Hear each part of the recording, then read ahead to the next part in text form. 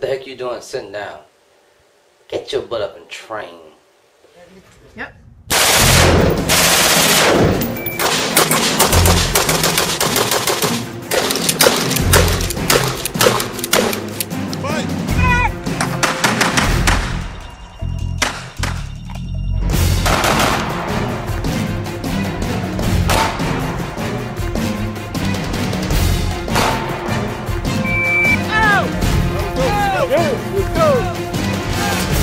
Let's go!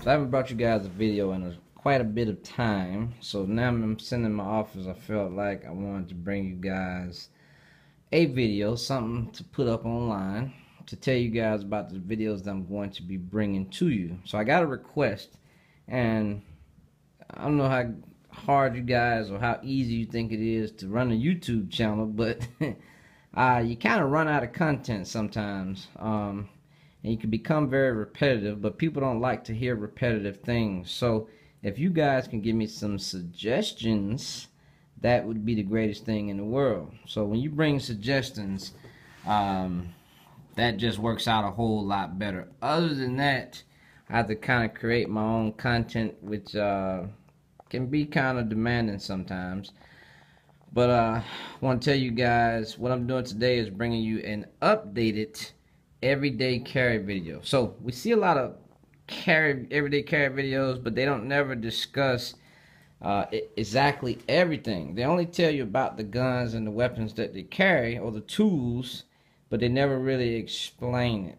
Okay, so I'm going to break it down today from top to bottom about how I carry everything as an everyday carry, as you guys see it spread out on the table here. Now, another thing, so videos I got coming, guy suggested me do a how do I go around the left side of a wall and the right side of the wall if they're right-handed. So we're going to teach basically, you know, slicing the pie or whatever you want to call it, how to go around the left side of the wall and the right side of the wall, and what hand should you have the gun in, and vice versa. I'm going to do that video. I'm also here in the next couple of days going to put up a video, a full review of the Mossberg 930 SPX shotgun that I now have in hand. So we'll be doing that.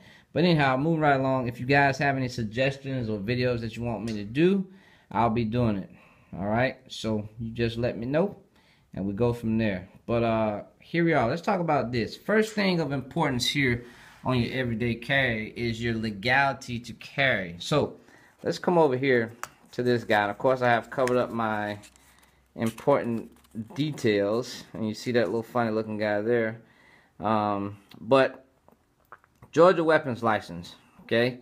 That's the very first thing. You can't have one of these, you can't carry this guy and this guy here without first having your concealed carry license, or what we like to call in Georgia, Georgia weapons carry license. So if you don't have that guy, everything else is out of the question. So first thing first, go out and get yourself legal, okay? Right now I'm also working on getting my Maryland carry license through one of my partners. But for now, this is the one I have. I used to be a Utah carry license instructor, but I let that kind of lapse and fall off, so I don't have that anymore. Don't feel like I need it because I'm not doing that much traveling. Second thing of importance is my other legal carry license. This is my private detective license. This also gives me the right to concealed carry in the state of Georgia. Now, of course, I made mine all pretty. Georgia does not normally look like this, so I made my own custom ID. But I carry this just in case I'm on a job. This gives me the legal right to carry as a private detective in Georgia. Now, this is mine that I made, created, nothing on the back. Let me show you the back side of the other license. This is the back side of the Georgia license, and all nice and colory and things of that nature. Government issue and all this other crap. They tried to step up their game from the last one. The last one used to look like this guy here. This is my private detective one. got my important documents covered up, but as you see, it says employee of private detective and security officer, security guard. But this is under my company. I now have my own private detective and security company. So if you guys are interested in Georgia, you watch my videos and you need security, I also provide security services, executive protection services, and other services. So if you need that type of service, give me a shout. My number will be below this. I'll leave my 2 websites. And then I have this guy here. These guys, you guys should definitely look into. It's called Second Call Defense. This is basically an emergency defense policy, not insurance, but an emergency defense policy. And we call it second call because this is the second call you should make after you dial 911 if you're going to utilize these tools in self-defense, okay, or in defense of self. Okay, I have this card to show you guys, and I'm also a member. And if you look below here, I'm gonna put up a website you guys can gather more information. Right now, I'm on the $19.99 plan that covers me for a lot of different things in case I shoot somebody or if I have to use my tools in self-defense, or for you numbnuts out there that have accidental shootings. This will also cover you. Hopefully that'll never happen in my area over here, but that's why they call them accidents, not on purposes. Okay, next let's go to what I carry in my pockets. My pockets, okay, go inside the pocket. I carry a nice $15 Glock flashlight that fits in my pocket and gives me just enough light in the darkness to do something without making everything bulky. This is not anything too big. This is actually smaller than my chapstick. I'll pull my chapstick out of my pocket and show you guys a comparison. This is, the thickness is not there. It's a little bit longer, but you see the chapstick is a little bit thicker than that, but so it doesn't make your pockets all bulky or anything. Alright, move that out the way.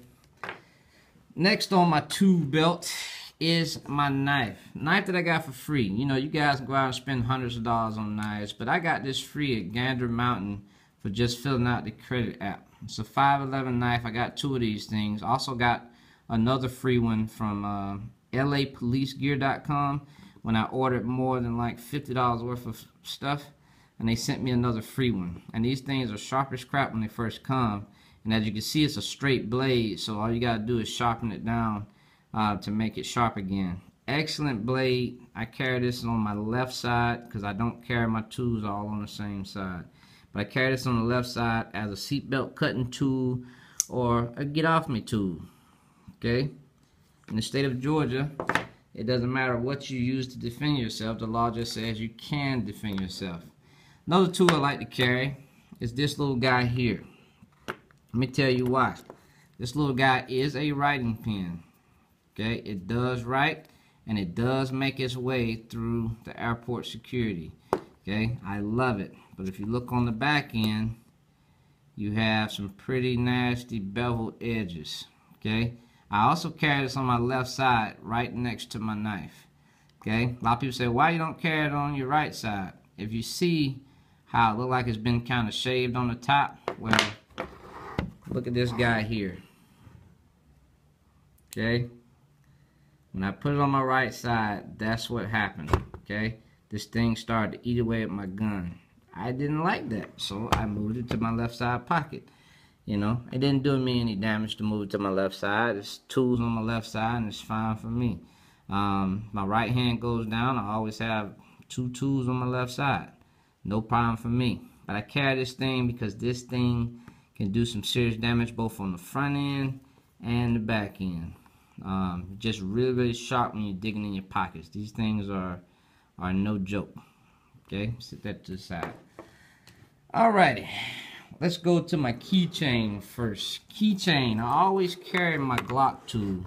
Everybody think this is a Kubaton, but this is a Glock tool with a flashlight on the front end that's not working because it turns to turn it on, which actually causes it to be pretty down. But I can also use this Glock tool as an eye puncher. Okay, It's a pretty sharp puncher here. But it's a Glock tool is what it's really made for. It's for knocking the pins out of the Glock. Okay. But it's on my keychain. So I have an added tool that I can use for defensive purposes that's always on my right hand side, that kind of sticks out my pocket. So I always carry this with me.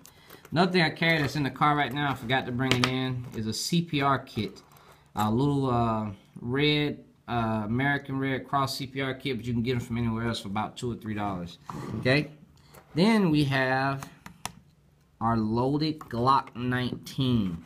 This stays on my right side, normally at the 4 o'clock position, or if I feel funky for that day, I'll carry an appendix carry right in front of my belly. And I always use the Versa carry holster to carry in front of my belly. My Versa carry, the one that fits right into the muzzle of the gun, is what I use to carry it. Okay. Now, a lot of people don't always show you what they carry when they carry these guns, so I figured I would pull this out and show you guys. This is a custom-made Kydex digitized gray holster from my buddy Joseph Hibner at customglockholsters.com. I want to say customglockholsters.com. I love this holster. It's really, really thick, as you can see, and got some pretty nice retention. If I wanted to make the retention a little bit tighter, I'd just melt it down a little bit more. But for now, for me, it's fine. It holds the gun pretty good in, okay? I'm not shaking it too hard, but I'm shaking it, and so it stays in there. So I like that one. Another thing that people don't show you when they're showing you your everyday carry is what they actually carry in their guns. So let's go to my first magazine, which is actually inserted into my gun. My gun is loaded. Right now it's loaded with the first round being the RIP round. Okay? G2 Research RIP round.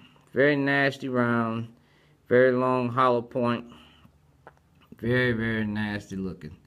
Now, some people might ask, well, Mr. Turner, why do you do that? You know, guys used to do that back in the day where they put one round different in the first one. Let me tell you my meaning, and it's just going to be very straightforward, and I don't care what you legal nuts have to say about it, but I really just want to see how this round performs. Okay, and what I mean by that is if somebody is going to break the law around me, which gives me the legal right to utilize self-defense, they're going to get to experience this round. And that's really the only basis for why I put it in the top 2 spots in my gun. Okay?